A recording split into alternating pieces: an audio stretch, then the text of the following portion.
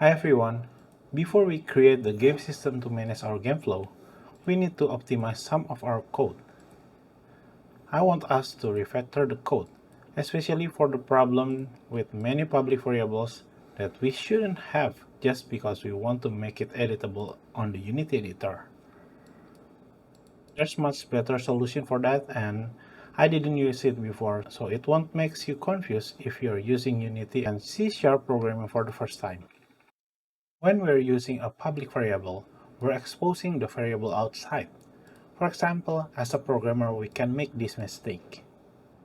We can create this function. We create variable that find the ball. And we get ball component.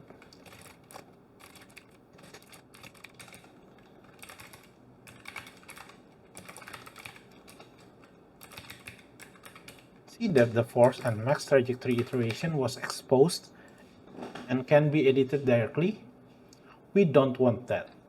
It will cause so many problems in the long run. It can create bugs that are hard to track too, so we want to make it private. But we can't change the value from the Unity editor if using a private variable, right? In this case, we can use what we call decorator in the programming language. Decorator itself is a class that can be used to wrap objects, function, and enhance some of its function. And what decorator that we can use to make the private variable exposed in the Unity editor? We can use serialized field.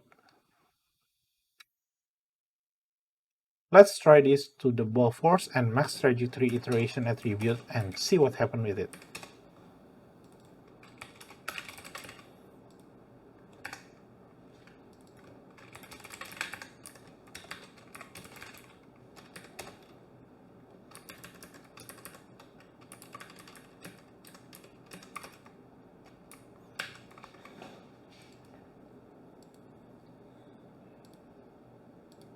See, it is still exposed to the Unity editor, but we can't access it directly using code. Nice. Now remove our test function. Let's change all the values like this from public to serialized field private variable. In spawn area, we just need to make size attribute private. Maybe we will make it public in the future, but for now, we don't want it to be public.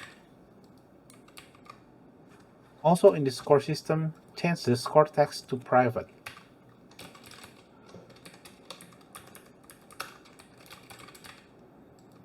Okay, let's make sure it is still working correctly after all these changes.